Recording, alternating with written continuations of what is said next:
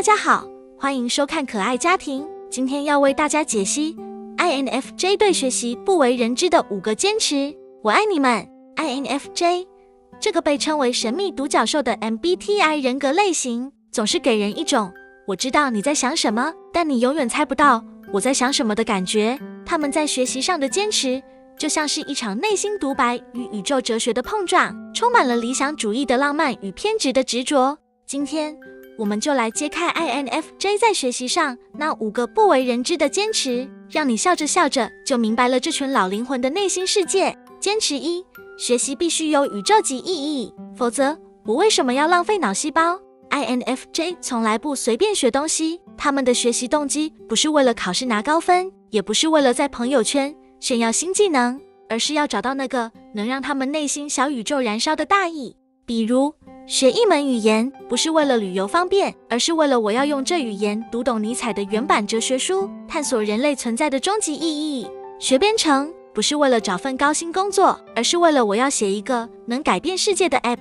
让人类更懂得爱与和平。这种对意义的执着，让 INFJ 在学习时像个挑食的孩子，面对一桌知识大餐，他们会先眯着眼睛问，这道菜对我的灵魂成长有什么帮助？如果答案是没什么帮助，只是实用，他们可能会默默把筷子放下，转身去研究星座与量子力学的关系。这种坚持的幽默之处在于 INFJ 会因为找不到宇宙级意义而拖延学习。比如他们可能花了一整个下午坐在咖啡厅里，盯着一本拍赠入门书，脑子里却在想，学这个真的能让我更接近真理吗？还是说我应该先去学冥想，然后再回来写程式？结果书没翻几页，咖啡倒是喝了3杯，内心戏已经演完一部星际穿越。INFJ 的学习必须有改变世界的潜力，否则他们宁愿去发呆，假装自己在参悟宇宙。坚持2，学习环境必须像电影场景，不然灵感从哪来？ INFJ 对学习环境的要求高到离谱，他们不是那种随便找张桌子就能埋头苦读的人，他们的学习空间必须有氛围，最好是像哈利波特里或格华兹图书馆的感觉，昏黄的灯光，古老的书架，窗外还得有点雾气缭绕。如果环境不对，他们会觉得灵感被堵在喉咙里，知识也进不了脑子。为了打造这种电影感学习环境， INFJ 可能会花费大量时间准备，比如他们会先花2个小时整理书桌，把每支笔都摆成45度角，然后点上香薰蜡烛，播放莫扎特的钢琴曲，再泡一杯手咖啡，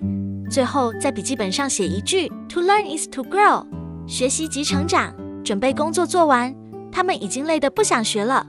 于是打开 Netflix 开始看《傲慢与偏见》，安慰自己说，这也是在学英国文学吗？ INFJ 还会因为环境不够完美而拒绝学习，比如他们可能因为窗外的施工声音太吵，觉得这种噪音会干扰我的灵魂与知识的共鸣，于是干脆放弃，改去公园散步，顺便思考人生。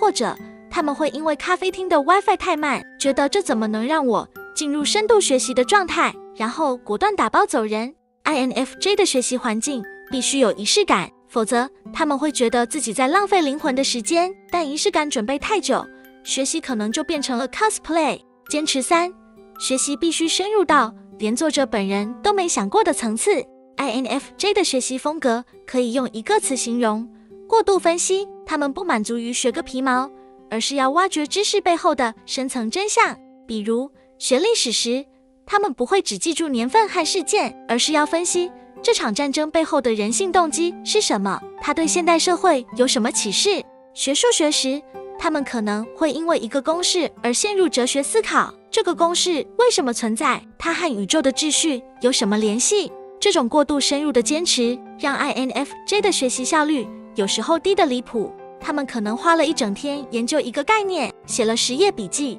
结果发现这只是课程的第1章。更搞笑的是，他们还会因为自己的深入分析而自嗨。比如他们可能在学习莎士比亚的哈姆雷特时，写了一篇论文，探讨哈姆雷特的心理动机与现代存在主义的关系，然后得意地想，我这分析连莎士比亚本人都要点赞。这种坚持的幽默之处在于 INFJ 有时候会跑题跑得太远，比如老师让他们写一篇关于环境保护的文章，他们可能会从环境保护写到人类的道德责任，再写到宇宙的生态平衡，最后交了一篇题目叫从树木到星辰，人类的环境伦理的论文，让老师看得一头雾水。INFJ 的学习必须深入到连作者都没想过的层次，否则他们会觉得自己只是在囫囵吞枣，但深入过头可能会迷失在自己的内心迷宫里。坚持4，学习必须一个人偷偷来，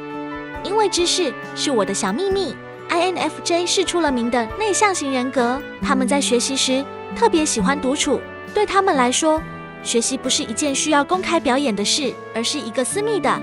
与自己灵魂对话的过程。他们喜欢在深夜，当全世界都睡着时，偷偷打开笔记本，开始探索知识的海洋。这种一个人偷偷学的感觉，让他们觉得自己像个隐居的学者，正在破解宇宙的秘密。这种坚持的幽默之处在于 ，INFJ 有时候会把学习搞得像地下活动，比如他们可能会拒绝参加学习小组，因为别人的声音会干扰我的思考，或者他们会在图书馆找一个最偏僻的角落，戴上耳机，假装自己不存在。如果有人突然来问他们你在学什么，他们可能会慌张地合上书，说没什么，就是随便看看，然后内心 OS 是我的知识宝藏怎么能随便让你知道。INFJ 虽然喜欢独自学习，但他们也会幻想自己的学习成果能震惊世界。比如他们可能在学了1个月 Python 后，幻想自己写出了一个改变世界的 AI， 然后在诺贝尔奖颁奖典礼上发表感言。但现实是，他们的程式码可能还停留在 Hello World 的阶段。INFJ 的学习必须是一个人偷偷来，因为知识是他们的小秘密，但这秘密有时候藏得太好，连自己都忘了分享。坚持5，学习必须改变我的人生，否则我学它干嘛？ INFJ 对学习的最终期待是改变人生，他们相信每一次学习都是一场蜕变，必须让自己变得更智慧、更深刻、更接近理想中的自己。如果学了一堆东西，却没有让他们感觉灵魂升级，他们会觉得这学习简直是浪费时间。这种对改变人生的执着，让 INFJ 在学习时充满了使命感。他们可能会在学瑜伽时，期待自己变成一个内外兼修的智者；在学烹饪时，期待自己能用美食治愈世界；甚至在学 Excel 时，他们也会想，我要用数据分析，找到生活的终极规律。这种坚持的幽默之处在于 INFJ 有时候会把学习的目标定得太高，结果压力山大。比如他们可能报了一个线上课程，原本只是想学点基础知识，但他们会给自己定目标，我要3个月内成为这领域的专家。然后当他们发现自己跟不上进度时，就会陷入自我怀疑，觉得我是不是不够努力，我的灵魂是不是有缺陷。INFJ 的学习必须改变人生，否则他们会觉得自己在浪费灵魂。但有时候改变人生的第一步可能是接受自己不用每次都当超人。 INFJ 的学习坚持简直是一场内心戏满满的冒险，他们要意义，要氛围，要深入，要独处，要改变人生。每一个坚持都充满了理想主义的浪漫和偏执的可爱。虽然他们有时候会因为过于追求完美而拖延，或者因为内心戏太多而跑题，但正是这些特质让 INFJ 的学习之旅变得独一无二。所以下次你看到一个 INFJ 在咖啡厅里盯着一本书发呆，别以为他们在偷懒，他们可能正在脑子里跟亚里斯多德辩论，或者在构思一个能改变世界的计划。对 INFJ 来说，学习不只是吸收知识，而是一场与灵魂、与宇宙的深度对话，而这正是他们最迷人的地方。如果您喜欢这部影片的话，再麻烦按赞、订阅、分享及开启小铃铛。我爱你们！